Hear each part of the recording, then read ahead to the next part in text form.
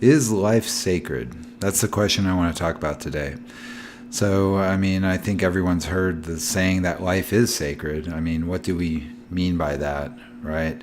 Um, what does it mean for something to be sacred, right? It's something to be honored, sanctified, the sanctity of life. It's something to hold in high regard and to be worthy of a religious ceremony, to be placed above everything else, to be cherished, to be honored. And that's definitely true for ourselves. We hold our own lives to be sacred. I mean, and our ancestors we work to survive. And if push came to shove, where you had to act in a physical way, you had to commit physical violence for you to survive, or in evolutionary terms, for the people that share your genes to survive, to protect your family, you would. And our ancestors definitely did. That's why we're all here, because they did make that choice to take someone else's life, if it came down to it, in place of their own, to hold their own lives sacred.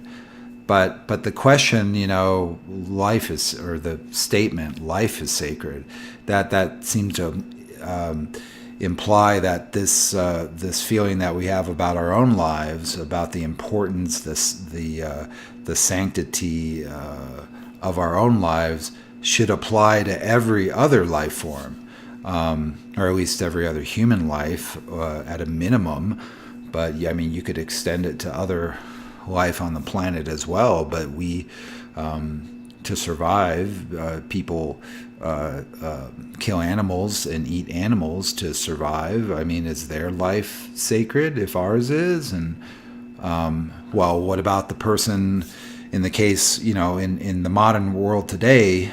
Thankfully, we don't have to fight for our life physically every day. I mean, in that sense, we don't come to the brink of death and walk this narrow line that as often as our ancestors did. But if we did, or if we're in a part of the world that's extremely violent or in war, we would have to kill someone else. Now their life is sacred, but it's not sacred because we're going to kill it, right? So there's like a conflict here, or there's an interesting twist to things. It seems like with this saying. I mean, I definitely think we all feel that, obviously keeping ourselves alive and healthy is so important, and so I mean we're intelligent enough that we can take on take the perspective of someone else on and say, oh well, they see their life as being sacred, right? So I mean, how can we reconcile this? And we can also twist it too. Like we could say, well, yeah, my life is sacred, but I'm going to treat other life as it is not sacred so that I can survive. Well, then I can reverse that perspective and say, well then, no, my life isn't sacred either, right? There's a philosopher, Albert Camus. He asked the question, should I kill myself or have a cup of coffee? Meaning that, if you take the perspective that life, well, it's not sacred. I mean, killing the death of one human is inconsequential to to the billions of people in the world, right? Like, if I'm gone. If I'm gone, there's all these other billions of people. What's it matter? Or take any other creature on the planet, right? Some people have said that question about suicide is like the only philosophical question. I don't know. But we're wired for survival regardless. So, I mean, we want to hold on to life, obviously, and reproduce. That's the game of evolution, I guess, right? What's the purpose of it, the point of it? Well, that's a whole different question, right? So we can hold ourselves to this high position of being our life being sacred, and the lives of those that we care about, that we love, that share our genes. To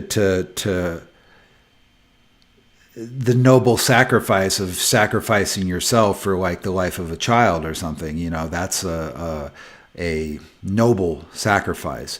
But in evolutionary terms, it's like, well, yeah, you're done. You've reproduced, so we don't really need you around anymore. And what does it mean to be around today? What does it even mean to be alive, right? Alan Watts, a philosopher, he put it a really good way, like, because we think, or the common sense knowledge is that we came into this world, like we were born into the world. But he put it eloquently. He said that, no, we've come out of this world. And what he means by that is that the whole process of evolution is we are the end result of that process, or whatever is alive today is the end result of evolution. Of an evolutionary process. And an evolutionary process that's been going on literally for billions of years. And I've heard it said that like being alive today is like winning the lottery 10 times over, like 10 times in a row or something. And what it means to be alive today is that there's been an uninterrupted chain of parent and offspring, or progenitor and progeny, ancestor and descendant, going back generation after generation, unbroken, all the way to the beginning of life on this planet. They believe that there was a single-celled organism that's the progenitor of all life on this planet, going all the way back 3.5+ billion years. If it was 3.5 billion years, I don't have the calculation up, but if one generation is 20 years, that is something like 150 billion or 150 million generations going back, and that's if a generation is 20 years. What was the lifespan of life like a billion years ago? It was probably much less than 20 years to reproduce anyway, right, to the next generation of life. So there's probably many, many more generations than that. I'm just using that as a rough calculation. So there's been at least that many successful generations going back iteratively, uninterrupted, all the way back. I mean, that's unbelievable if you think about that. If you think about the vast amount of time, we are the head of. We are consciousness at the head of this process, but this process goes all the way back. It's encoded in our genes, right? I mean, there's been extinction events. There's been major extinction events. The chart on the right there is the amount of marine extinction. There's been massive extinction events that took out 70% of all species, 70%, 90 to 96% of all species were gone. So I think the winning the lottery is a lot. It's a lot more, because the fact that we're alive, anything alive today. It's the odds of us being here are so unbelievably against us. So many things have died rather than lived. I mean, and our genes, our DNA has been encoded with what worked, with what is helping us, what functions to help us to stay alive, and also every other living creature on this earth. This unbroken chain applies to every single living organism, regardless. It's unbelievable. The encoding and the DNA that encodes in us, or that codes for our different molecules. I mean, what is the DNA?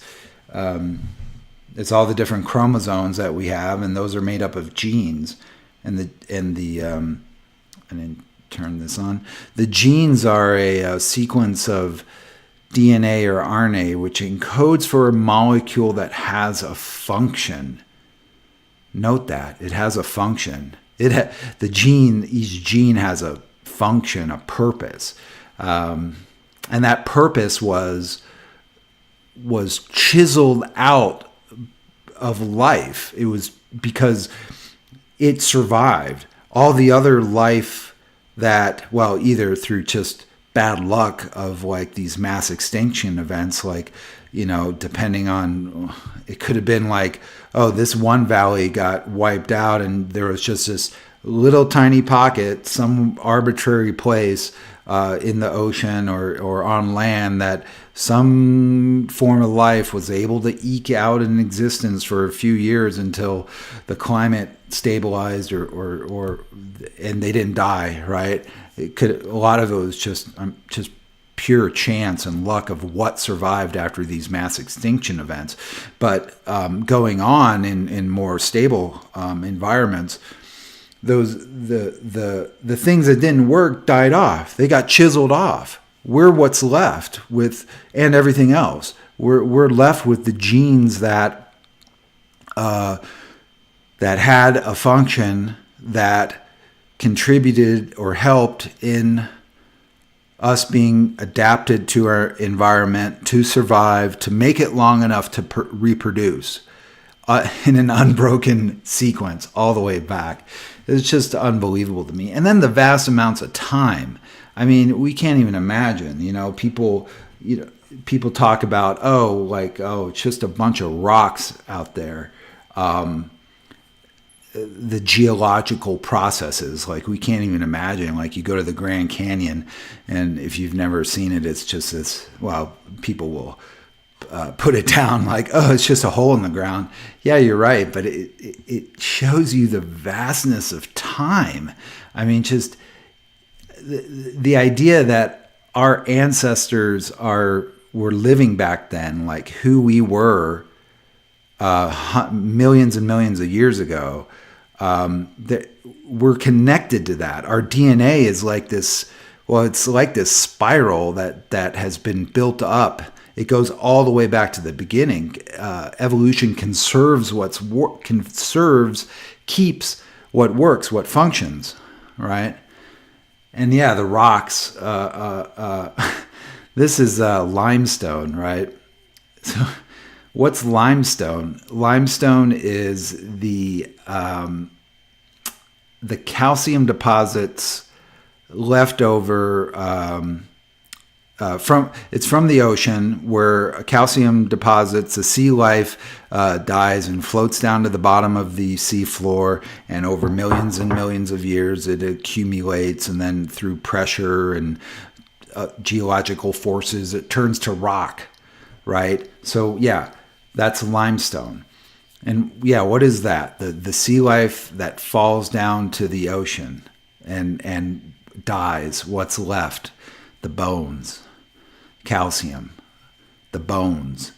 Limestone is literally bone. The remains of all the sea life turned to rock over millions of years.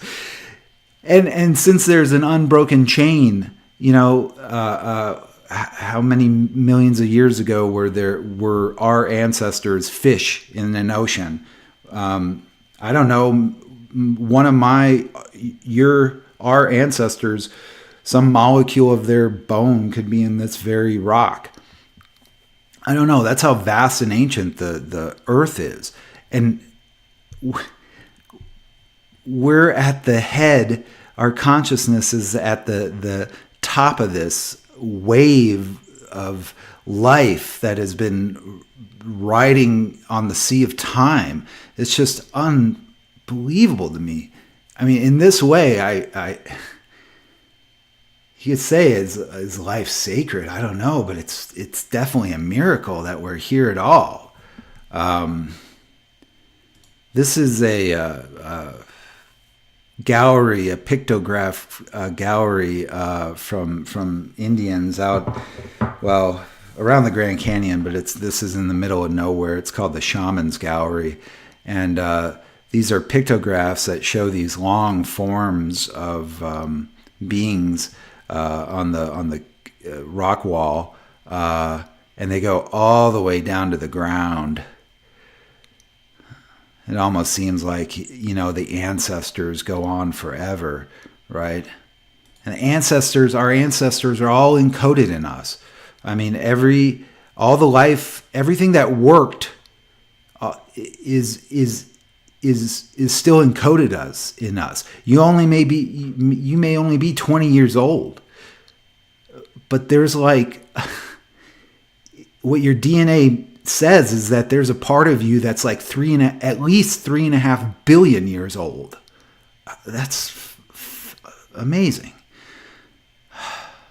This is a animated showing the evolution. Where we split off is where the other organisms kind of split off, and then they keep showing what our line, the human line. Everything else, I mean, going back, there was us swimming in the ocean.